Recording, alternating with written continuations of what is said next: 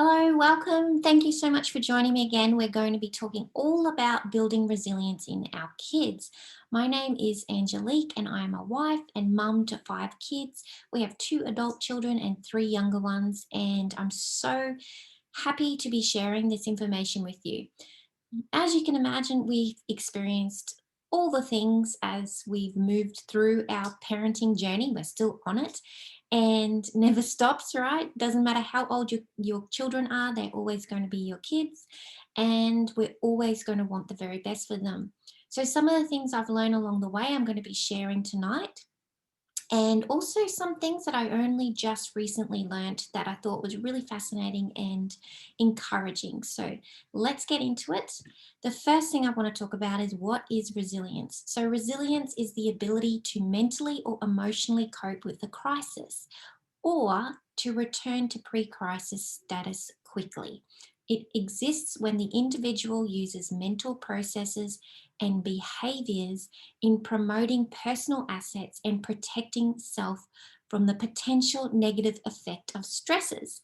That's a bit of a mouthful, but really what we're talking about, especially in regards to our kiddos, is we just want to support them as they experience these challenges in life to be emotionally secure and strong in their body and mind and spirit so that they can experience it with as little um, negative impact on their life as possible.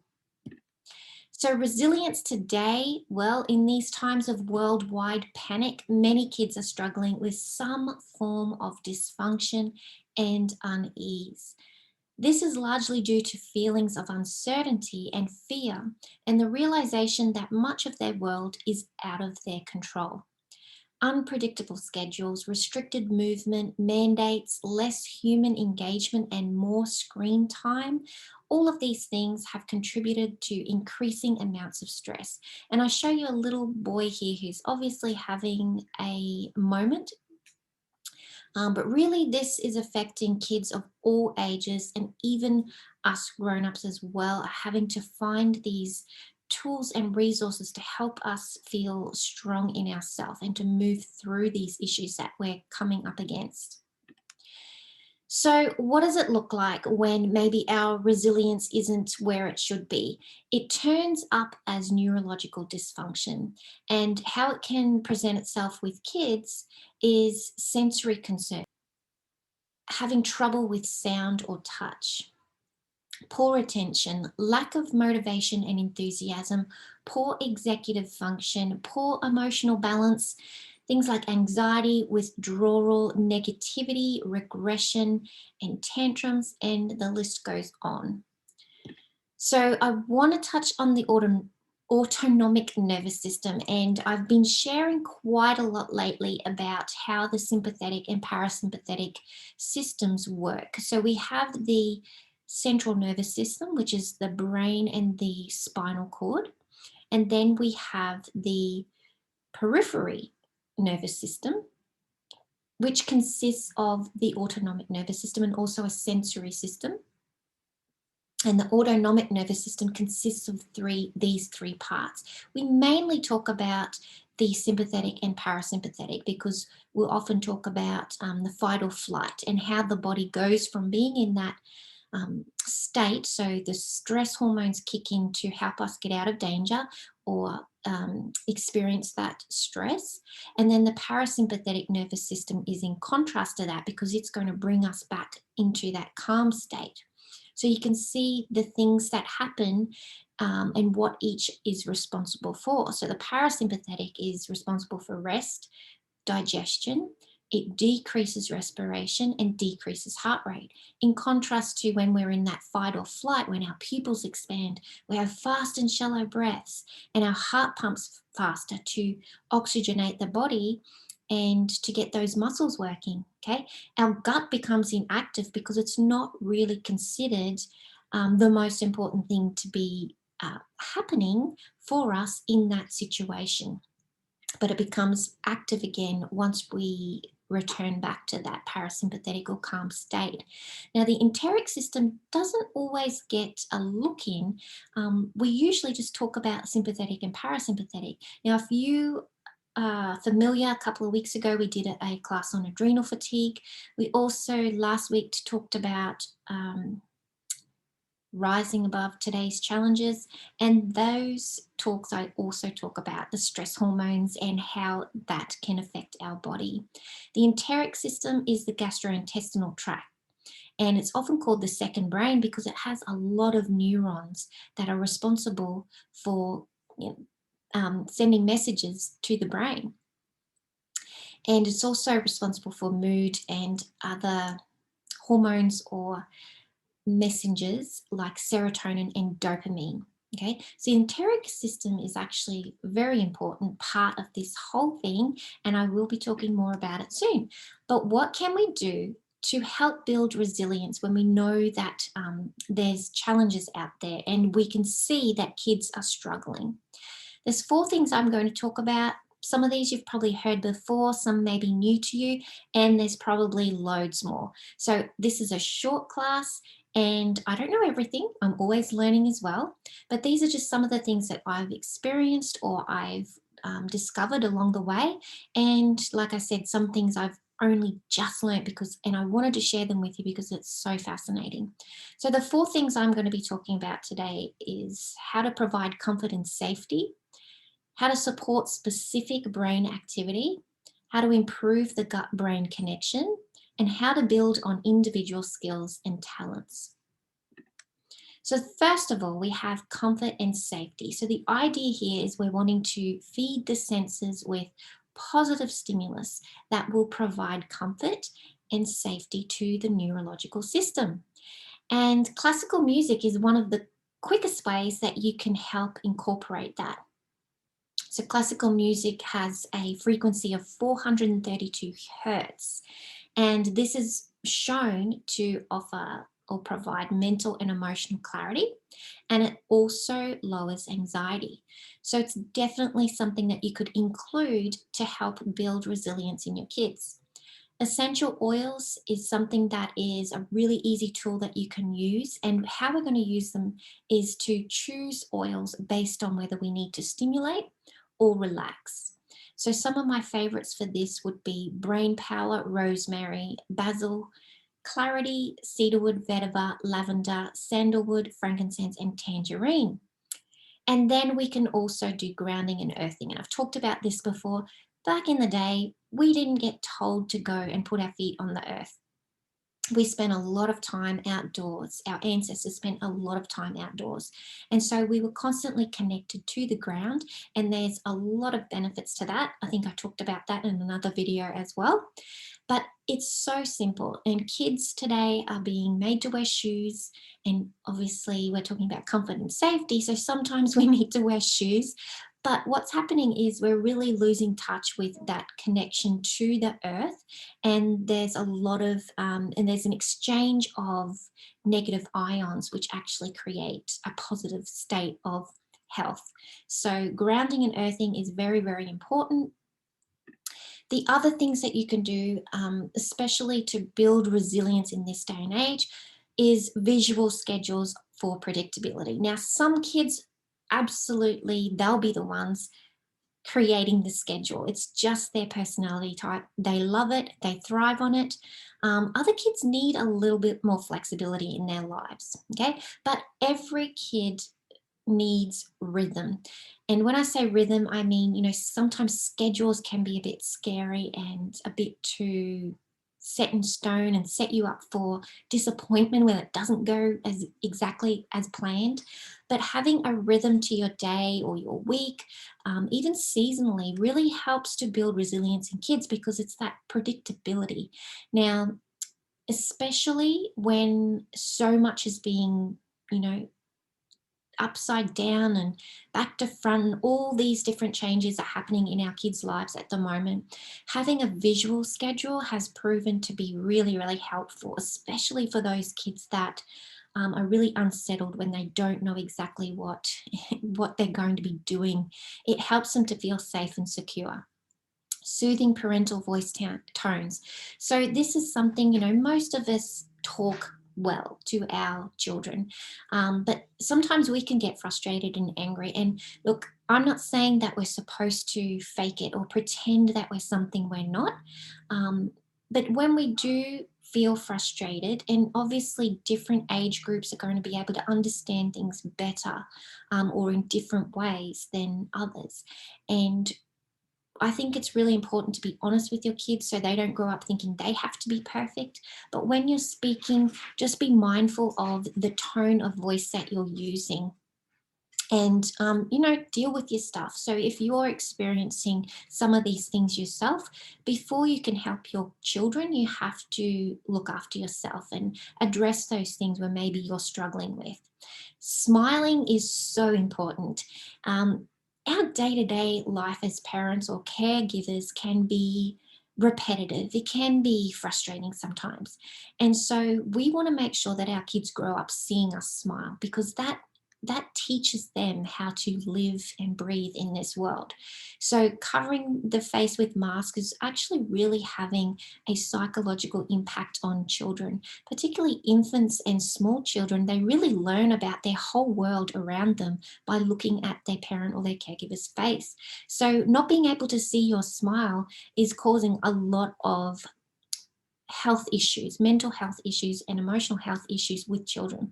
So even without all that, though, it's really important that your kids see you smile, because they are happy when you're happy. Just like we know that ultimately all we care about is their happiness, they care about ours as well. So don't forget to smile. Prioritizing sleep, this is a big one. There's so many distractions, there's so many things that keep us awake long after we should be awake, but making it a priority to sleep is so important. You know how uncomfortable you feel when you don't get enough sleep. So multiply that by about 1,000, and that's what your children are feeling. So sometimes they're misbehaving or acting out really because they're actually sleep deprived. So we need to prioritize sleep so we can build up that resilience in our kids. Daily fun in the sun. Okay, we talk a lot about vitamin D as well. Having that is so important because it's affecting our mood, it's also affecting our immune health. So, again, we want to build strong kids, so we need to get them exposed to the sun safely, obviously. Growing food. I love this one. I was going to put gardening, but I thought, no, you know what? It's really important to teach kids how to grow food. And there's something that comes with that, just the whole concept of taking a seed, the potential in this tiny little seed to grow into this amazing plant or food for us. It really helps children understand that there's a process in life and that they too have the potential to grow into something amazing, something worth celebrating, and something that offers something amazing to the world. So, growing food also teach them about how to nurture things, how to start something and then finish it, see it through. Having that feeling of accomplishment when they've grown their own food and they harvest it. There's nothing better than getting kids in the garden, growing food and learning about seasons, and just that comes with our emotional health as well. Just knowing that there's environmental factors that can be challenging. And that's the same with how we move through life as well. So that's all about building resilience. I love that concept of growing food, and I think it's so, so important. And the last thing with providing comfort and safety is actually a health issue. So focusing on restorative gut health. And I'll be talking a little bit more about that very soon. So, the second thing we can do is support specific brain activities. So, we know that kids express themselves in all different ways, and usually when we see bad behavior, it's an indication of a need that's not being met. So, as the grown ups, it's our job to listen and hold space for our kids so that we can address the situation calmly without being triggered. Now, I know that's easier said than done. Like I said, I've had 5 children and they're all different. And so you learn as you go. And some have triggered me more than others. But hey, it's a parenting journey and it's all fun and games. But when we deal with our own stuff so that we're not triggered quite so much, then we can help them from a place and guide them into a healthy behaviors and safe reactions to external stimulus and stress. Now, I'm going to talk now about two specific behaviors in more detail. So we have hyper or over responsive behaviors, and we have hypo, under responsive behaviors.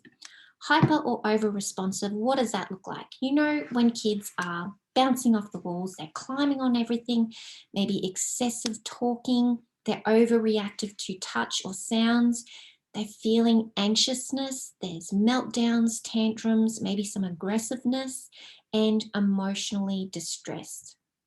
So for these kids, they really benefit from heavy work, lifting, digging, like I said, get out in the garden, using their hands, expending some energy. Obstacle courses are great. Climbing, hugs, squeezes, or joint compressions can be really soothing to these kids. Bubble baths or a warm shower, teaching them how to breathe properly. So breathing exercises where they're really breathing all the way into the belly. So it's calming them, it's slowing them down.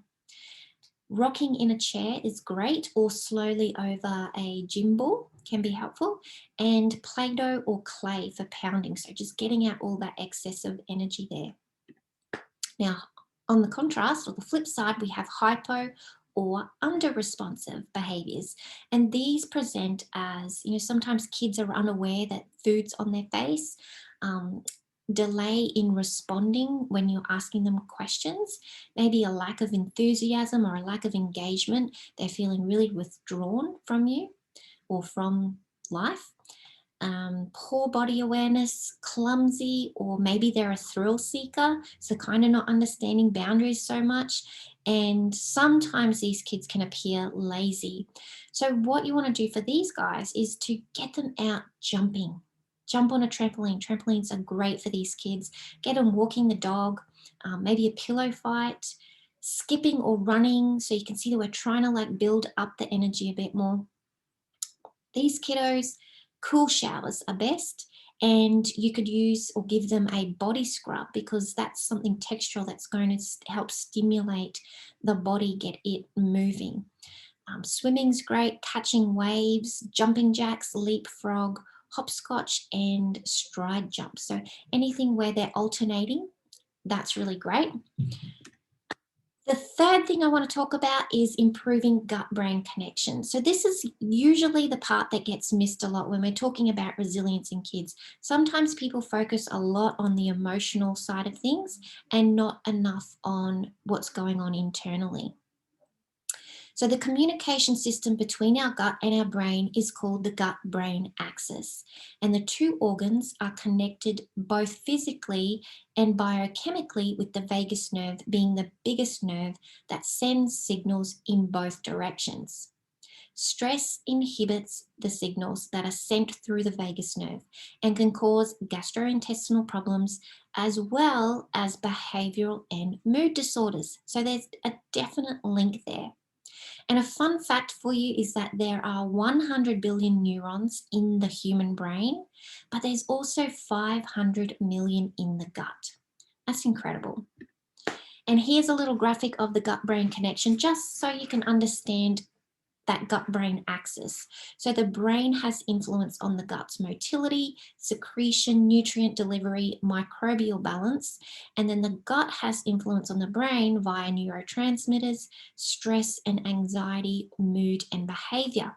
And you can see the microbiota there within the gut or within the bowels is basically our microbiome, and that's all that good bacteria. Hopefully there's more good than bad, because when there's not enough good bacteria, that can lead to miscommunication here. So you can see that gut health equals a sound mind in a sound body. I want to talk about the vagus nerve. Now, you're going to have to bear with me. It definitely relates to building resilience in kids. A vagus nerve controls the switch between the parasympathetic and the sympathetic nervous systems. So when it's blocked or it's not working optimally, we can get stuck in fight or flight mode. And if you watched the adrenal fatigue video or you watched any of the videos I've done about the stress hormones, you can see why we don't want to be stuck in that fight or flight mode. It causes a lot of health issues. A well-functioning vagus nerve is essential for achieving optimal health and recovery from chronic illness and or inflammation. And you can see it runs quite deep into the abdominal area. So there's a lot of organs that are innervated by the vagus nerve. So we really need to make sure that it's functioning well.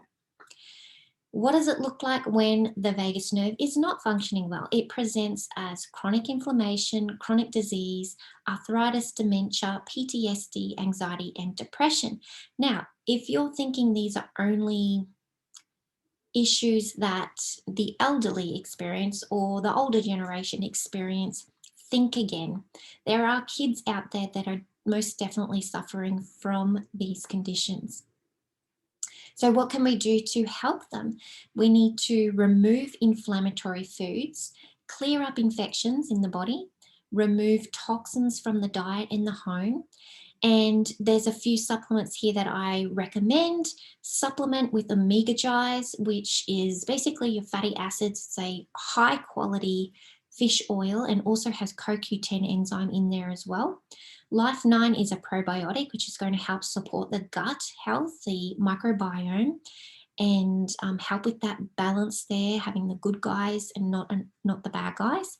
And Ninja Red is a superfood drink that's really high in antioxidants, but it also helps with methylation and glutathione and all those wonderful things that are going to help with these, support this vagus nerve. The other two are ImmuPro, and I've got in brackets there melatonin. There's other things in these supplements, but specifically why I've added it for the vagus nerve is for the melatonin, and then Unwind, which has L-theanine and 5-HTP. Unwind is a supplement for kiddos to help them unwind and calm and have a restful night's sleep. So all of those things are going to help with the vagus nerve.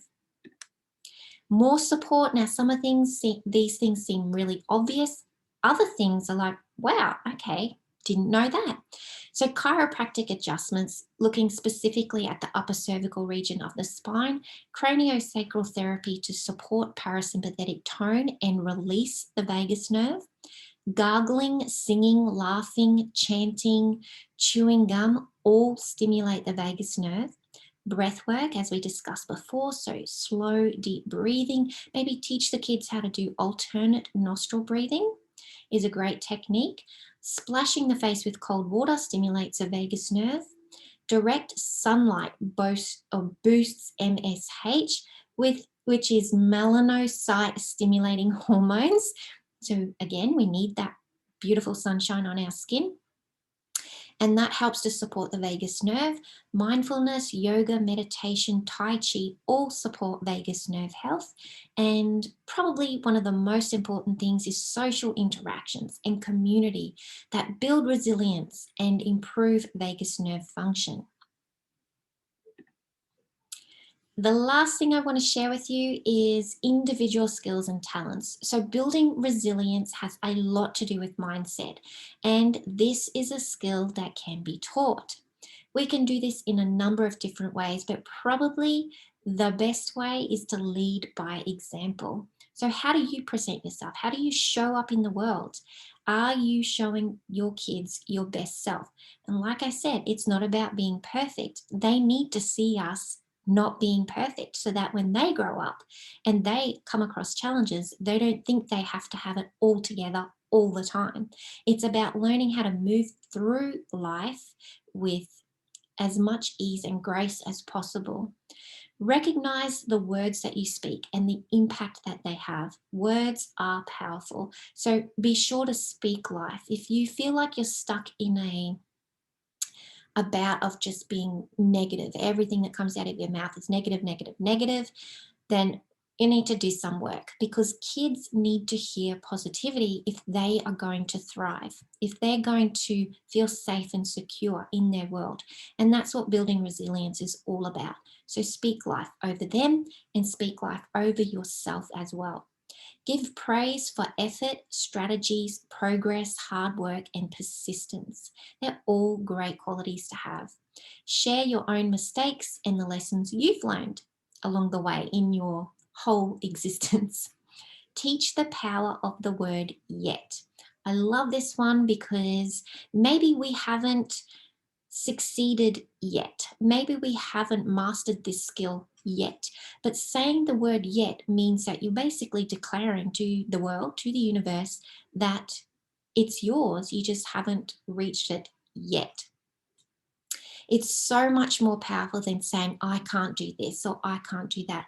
Throw on yet on the end of it and see how amazing you feel. Help your child follow their passions and set goals. So the last thing I want to share with you is gratitude and celebrating wins. So sometimes the world can feel a bit doom and gloom. Kids can lose perspective of all the good things in their life. Staying focused and celebrating the small wins with them not only increases their confidence, but it also helps them to understand their unique place and contribution in the world. There's nobody else like them. Teaching the art of gratitude also builds resilience. Being grateful for what we have right here and now increases our experience of joy. And I love this quote, gratitude unlocks the fullness of life. So thank you so much. I'm going to leave you with this little cutie.